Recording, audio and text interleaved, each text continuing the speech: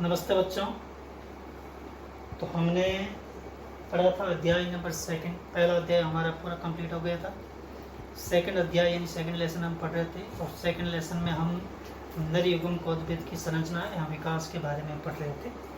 तो हमने जो नर युग्म कोद्भिद की संरचना एवं विकास में हमने क्या पढ़ लिया था कि परागकोश के बारे में, परागकोश के कौन कौन से भाग होते हैं उनके बारे में, परागकोश की भित्तियों के बारे में, और उसके बाद हमने पढ़ लिया था लघु बीजाणु जनन के बारे में। तो जो लघु बीजाणु जनन था, उस लघु बीजाणु जनन में हमने क्या पढ़ा कि लघु बीजाणु जनन में क्या था, परागकोश था। उस परागकोश के अंदर क्या था कि आपके परागकोश में लघु बीजाणु धानी थी और लघु बीजाणु धानी कितनी थी, 4। उस लघु बीजाणु धानियों में क्या हुआ, प्रत्येक लघु बीजाणु धानी में अर्धसूत्री विभाजन हुआ और उस अर्धसूत्री विभाजन से क्या हुआ, प्रत्येक से हमारे 4 लघु बीजाणुओं का क्या निर्माण हुआ। फिर हमने पढ़ा था कि भाई हम लघु बीजाणु और परागकण किसको कब कहें। तो हमने देखा था कि लघु बीजाणु कब था कि भाई जो लघु बीजाणु 4 बनते हैं वो 4 चतुष्क की अवस्था में रहते हैं।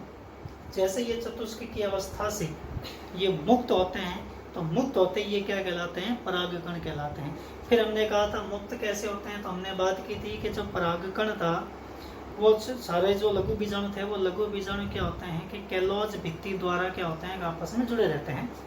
अब ये जो कैलोज भित्ति होती है, जब ये परागकोश विकसित हो जाता है तो परागकोश विकसित होने के बाद में क्या होता है कि कैलोज भित्ति क्या करती है, कैलेज एंजाइम का क्या करती है, स्त्रावण करती है। और ये जो कैलेज एंजाइम है ये क्या करती है, भित्तियों को विघटित कर देता है। और जैसे भित्तियाँ विघटित होती है कि चारों परागकण जो होते हैं वो मुक्त हो जाते हैं। प्रत्येक परागकोश के अंदर 4 लघु बीजाणु दानियां होती है। कितनी लघु बीजाणु दानियां होती है, 4। और एक से बनता है कितने, 4। तो आप सोच लो कि 4 से कितने बनेंगे, 16। यानी एक परागकोश से अपने 16 परागकणों का क्या होता है, निर्माण होता है। तो यदि एग्जाम में आपको दे दिया जाए कि भाई 10 आपके परागकोश हैं, ठीक है ना, 10 परागकोश हैं, तो 10 परागकोश से कितने परागकणों का निर्माण होगा, तो आप उसको 4 से गुणा कर दो। यानी 1 से कितने हुआ, 16, तो 10 से कितने हो जाएंगे, 160।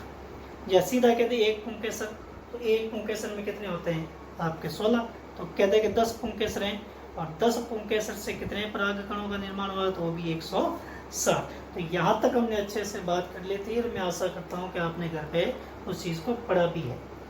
यदि आपको कोई भी तरह की समस्या हो तो आप कमेंट बॉक्स में कमेंट करें और उसके बारे में कोई दिक्कत हो तो आप पूछें। और इसके अलावा आपको ग्रुप बना रखा है, उस ग्रुप में जो है आप कमेंट कर सकते हैं, वो ग्रुप में आपको देख सकता हूँ और कोई समस्या होगी तो आपकी प्रॉब्लम को दूर कर दिया जाएगा।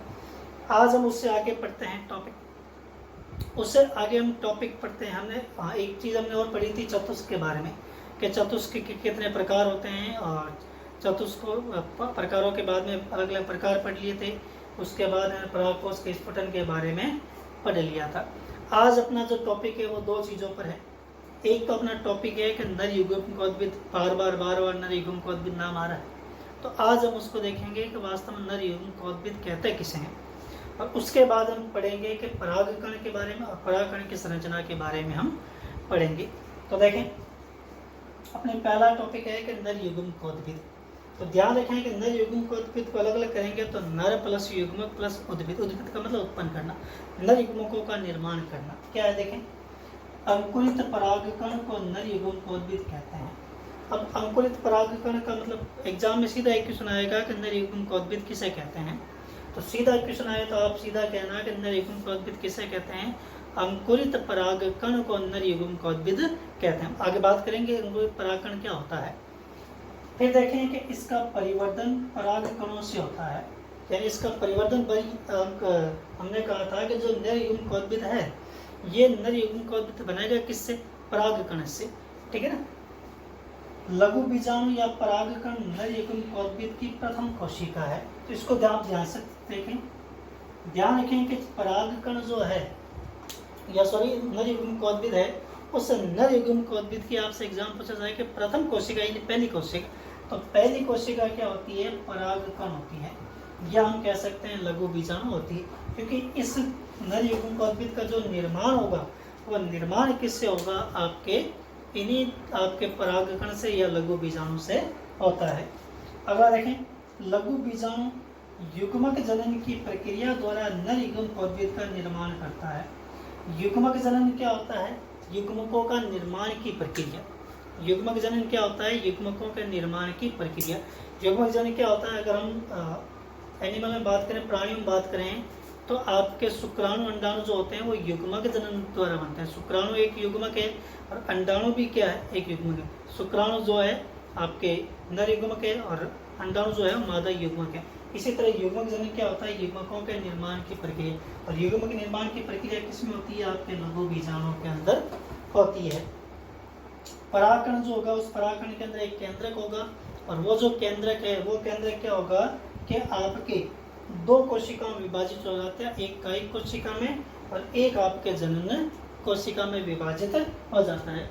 किस तरह से होता है देखिए, तो इसके बारे में पढ़ लिया होगा कि नर युग्मकोद्भिद अंकुरित परागकण को नर युग्मकोद्भिद कहते हैं। अंकुरित परागकण को क्या कहते हैं? नर युग्मकोद्भिद। इसका परिवर्तन किससे होता है? परागकणों से होता है। इसका परिवर्तन किससे होता है? परागकणों से होता है। दूसरा, लघु बीजाणु या परागकण नर युग्मकोद्भिद की क्या है? प्रथम कोशिका है। लघु बीजाणु या परागकण क्या है? नर युग्मकोद्भिद की प्रथम कोशिका है। तीसरा, लघु बीजाणु युग्मक जनन की प्रक्रिया द्वारा युग्मकोद्भिद का निर्माण करता है। तो तीनों चीजें हम देखते हैं, देखो कैसे। देखिए भाई, होता क्या है, ये आपके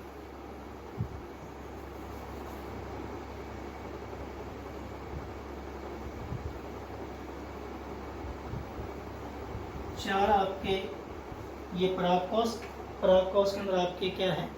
लघु बीजाणु रानी। इस लघु बीजाणु रानी विभाजन हुआ तो एक से कितने बने? 4 बने। एक से कितने बने? 4। यानी ये एक आपका क्या है? 4 बने इस तरह से। अब ये चारों जो है ये आपके कैलोज भित्ति थी। इस कैलोज भित्ति से क्या हुआ? आपके कैलेज एंजाइम निकला और कैलेज एंजाइम निकलने के बाद ये क्या हो गया कि इस तरह से क्या हो गया? जो परागकण थे मुक्त हो गए। परागकण क्या हो गए? मुक्त हो गए। अब क्या होता है कि ये जो परागकण है, इस परागकण के अंदर आपको एक दिखाई दे रहा है, इसे हम कहते हैं केंद्रक। आपको दिखाई दे रहा है, इसे हम क्या कहते हैं? केंद्रक। ये केंद्रक जो है वो आपके युग्मक जनन की क्रिया द्वारा क्या होता है? युग्मकों का निर्माण करेगा। यानी इसमें पहले हम देख लेंगे, इसमें क्या होगा? एक समसूत्री विभाजन होगा, ठीक है ना? एक समसूत्री विभाजन होगा और समसूत्री विभाजन होने से क्या होगा? ये केंद्रक जो होगा वो 2 केंद्रकों में विभाजित हो जाएगा इस तरह से। अब इस एक केंद्रक को हम कहेंगे कायिक कोशिका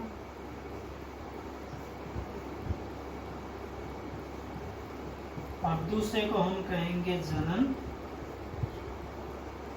कोशिका। क्या मेरी बात समझ आई कि नहीं? ये जो जनन कोशिका होगी, इस जनन कोशिका में होगा युग्मक जनन।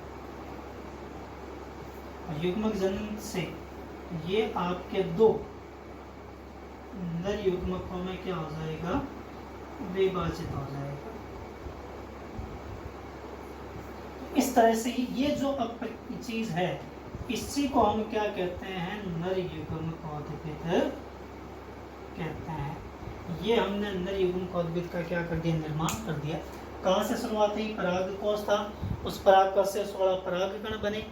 प्रत्येक परागकण में क्या होगा कि आपके समसूत्री विभाजन होगा, जिसमें एक केंद्रक जो होगा वो 2 केंद्रकों में विभाजित हो जाएगा। एक केंद्र को हम कहेंगे, अब केंद्रक को कोशिका कब कहते हैं? जब इसकी मान लो ये केंद्रक है, ठीक है ना? इस केंद्रक के चारों तरफ यदि कोशिका भित्ति कारण हो जाए तो उसे कोशिका कह देते हैं। तो कायिक कोशिका या आपके जनन कोशिका। इस जनन कोशिका में फिर युग्मक जनन होता है, जिससे क्या होते हैं? 2 नर युग्मकों का क्या हो जाता है? निर्माण हो जाता है। अब वास्तव में ये जो परागकण है, ये परागकण वास्तव में होता कैसा है या इसकी संरचना कैसी है। तो अगला टॉपिक अपना है वो है परागकण की संरचना के बारे में। तो देखें परागकण की संरचना, आप देख सकते हैं कि परागकण आपको इस तरह से दिखाई दे रहा है। इस परागकण के अंदर 3 आपको भाग दिखाई देंगे। पहला भाग होगा बाह्य भित्ति, दूसरा अंत्य भित्ति और तीसरा जनन छिद्र। तो ध्यान रखें कि सबसे बाहर ये जो कांटों समान संरचनाएं दिखाई दे रही है, ये कांटे समान संरचनाएं जो दिखाई दे रही है, इन कांटे समान संरचनाओं को हम कहते हैं बाह्य भित्ति। ये सबसे बाहर की भित्ति होती है। और ये जो भित्ति है, इस भित्ति पर स्पोरोपोलेनिन का जमाव होता है। ये स्पोरोपोलेनिन क्या होता है, एक बहुत हार्ड या कठोर एक पदार्थ होता है।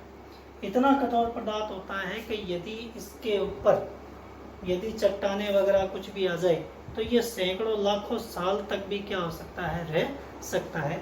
इसका मतलब ये क्या होता है कि इसका जैविक घटक नहीं होता, ठीक है ना। यानी ये क्या होता है कि यदि कोई भी जो आप कहें कि परागकण है, यदि ये परागकण किसी मिट्टी के अंदर मान लो कि भूकंप आया और मिट्टी के अंदर दब गया, तो भी ये परागकण जो है वो लाखों सालों तक क्या हो सकता है, संरक्षित रह सकता है।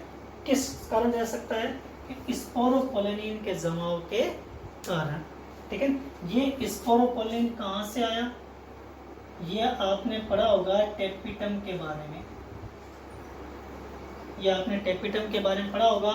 और टेपिटम में भी आपने यूबिस्काई के बारे में पढ़ा होगा, ठीक है। तो आपसे कोई पूछा जाए कि इस बाह्य भित्ति का निर्माण किससे होता है, तो बाह्य भित्ति का निर्माण यूबिस्काई से होता है। क्योंकि यूबिस्काई के ऊपर क्या होता है, यूबिस्काई क्या करता है, प्रोयूबिस्काई होता है। प्रोयूबिस्काई के ऊपर स्पोरोपोलेनिन का जमा हो जाता है, जिससे क्या होता है कि आपके इस यूबिस्काई का निर्माण होता है। और यूबिस्काई क्या करता है कि बाह्य भित्ति के निर्माण में क्या करता है, सहायता करता है। अगर आपने आता है कि अंत्य भित्ति, अंत्य भित्ति क्या होती है, ये आपको जो अंदर दिखाई दे रही है, ये अंत्य भित्ति होती है, पतली होती है। और ये पैक्टिन व सेलुलोज से क्या होती है, निर्मित होती है। ध्यान रखें कि सबसे बाहर की जो भित्ति है, इस बाहर की भित्ति की जो संरचना है जैसे मैंने बनाई है, कोई जरूरी नहीं ये संरचना कैसी भी होती है, अलंकृत होता है। ये कांटों समान भी हो जाता है, मोतियों समान भी हो सकता है, किसी तरह से भी संरचना इसकी बन सकती है। कोई संरचना इसकी ऐसी जरूरी नहीं है। अंत्य भित्ति पतली सी भित्ति होती है, पैक्टिन व सेलुलोज से निर्मित होती है। अगला आता है जनन छिद्र। जनन छिद्र क्या होता है, ध्यान रखें कि ये जो बाह्य भित्ति है, इसके बाह्य भित्ति चारों तरफ जमा रहती है स्पोरोपोलेनिन के द्वारा। लेकिन कुछ ऐसी जगह होती है जिस जगह पर क्या होता है कि स्पोरोपोलेनिन का जमाव नहीं हो पाता, स्पोरोपोलेनिन का जमाव नहीं हो पाता, तो उन जगहों को हम क्या कहते हैं, जनन छिद्र कहते हैं। और इसी जनन छिद्रों से क्या होता है कि नर युग्मकों का क्या होता है, निकास होता है। यानी यही जनन छिद्र जो होंगे, यहाँ से क्या होगा कि युग्मकों का क्या होगा, युग्मकों का निकास होगा। यानी युग्मक क्या होंगे, यहीं से बाहर निकलेंगे। अगर ये चारों तरफ से अगर आवरण हो जाए तो फिर आप अगर आप बाहर चारों तरफ से आवरण हो गया तो फिर परागकण जो नर युग्मक होंगे वो निकलेंगे कहाँ, तो नर युग्मक कहाँ से निकलेंगे, आपके इसी जनन छिद्र के द्वारा। ध्यान रखें कि जनन छिद्र जो है, जनन छिद्र की संख्या 1 से लेकर 3 होती है, या तो 1 होगी या 3 होगी। तो ध्यान रखें कि यदि 1 है तो वो एक बीजपत्री पादपों में। ध्यान रखें यदि आपको कोई परागकण मिला और उस परागकण में आपने देखा कि इसके अंदर एक ही जनन छिद्र है, इसका मतलब 100% ये जो परागकण है वो एक बीजपत्री पादप का परागकण है। और यदि आपको 3 दिखाई दे तो वो क्या होता है कि द्विबीजपत्री पादप का क्या होता है, परागकण होता है। नहीं याद रहे तो 1 से 1 याद रखो, 1 यानी एक बीजपत्री, 3 यानी द्विबीजपत्री, 1 यानी एक बीजपत्री, 2 यानी 3 यानी द्विबीजपत्री, ठीक है। आगे देखें, आगे है कि ये जो परागकण है, इन परागकणों के ऊपर क्या होता है कि एक संरचना पाई जाती है, जिस संरचना को हम कहते हैं पोलन किट। क्या कहते हैं, पोलन किट। बड़ा इंपॉर्टेंट एग्जाम की दृष्टि से पोलन किट एग्जाम में सीधा क्वेश्चन आएगा कि पोलन किट किसे कहते हैं या इसके कार्य क्या है। पोलन किट क्या होते हैं, देखो, अनेक कीट परागित पुष्पों के, कीट परागित पुष्प क्या होते हैं, जिनमें कीट आते हैं, कीट क्या करते हैं, परागण करते हैं।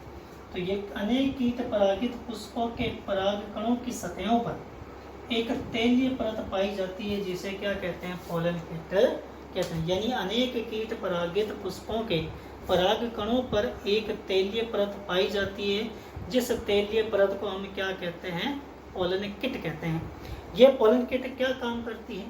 पोलन किट के देखो 3 काम होते हैं मुख्यतः।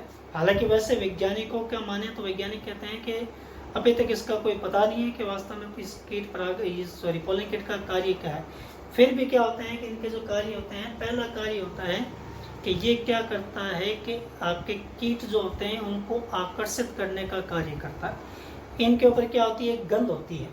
यानी जो पोलन किट है वो पोलन किट क्या करता है कि गंध को निकालता है, और वो गंध क्या करती है कि कीट जो हैं उनको आकर्षित करने का कार्य करता है।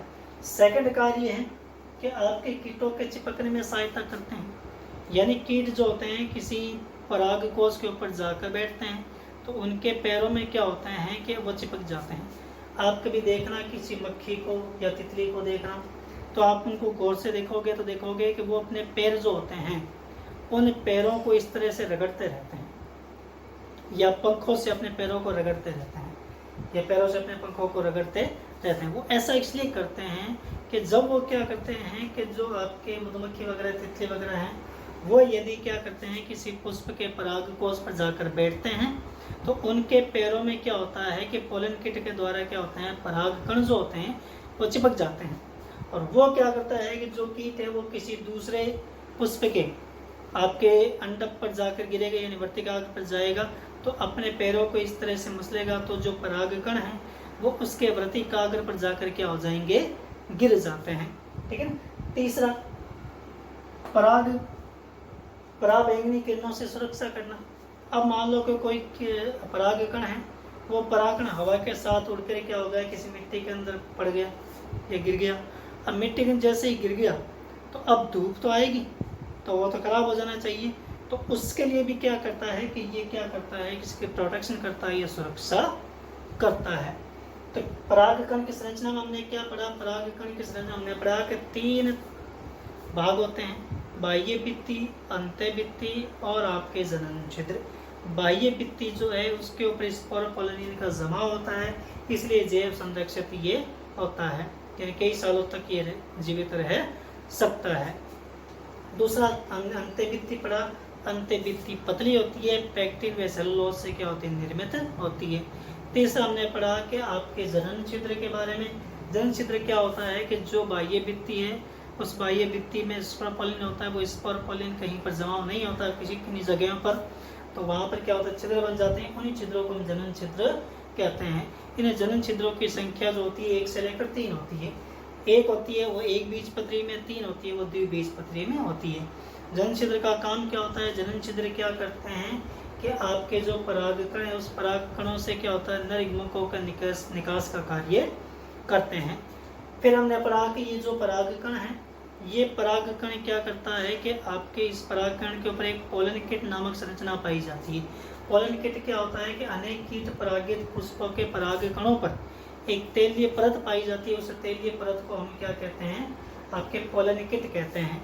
ये पोलन किट क्या कार्य करती है, पोलन किट क्या करती है, एक तो आपके पुष्प जो कीट है उन कीट को आकर्षित करने का काम करती है, दूसरा ये पराबैंगनी किरणों से क्या करती है, सुरक्षा करती है, और तीसरा ये क्या करती है, आपके कीटों के चिपकने में क्या करती है, सहायता करती है। तो ये चीज़ हमने पढ़ी। आज हमने पढ़ा एक तो नर युग्मकोद्भिद के बारे में कि नर युग्मकोद्भिद क्या होता है, और दूसरा हमने पढ़ा परागकण के बारे में। नर युग्मकोद्भिद क्या होता है कि हमने कहा था कि सीधी सी परिभाषा है, वो सीधी सी परिभाषा क्या है कि अंकुरित परागकण को, अंकुरित परागकण को क्या कहते हैं, नर युग्मकोद्भिद कहते हैं। यदि आपसे पूछे कि नर युग्मकोद्भिद की प्रथम कोशिका कौन सी है, तो यही परागकण जो है वो प्रथम कोशिका होती है। इसी के अंदर आपके युग्मक जनन होता है, और युग्मक जनन के द्वारा क्या होता है कि 2 नर युग्मकों का क्या होता है कि निर्माण होता है। ये युग्मक जनन कैसे होता है इसके बारे में हम अगले क्लास में पढ़ेंगे। यहाँ तक आप बिल्कुल अच्छे से पढ़ के आएँ। यदि आप इसको नहीं पढ़ेंगे रेगुलर लगातार तो फिर आप इस चीज़ को समझ नहीं पाएंगे।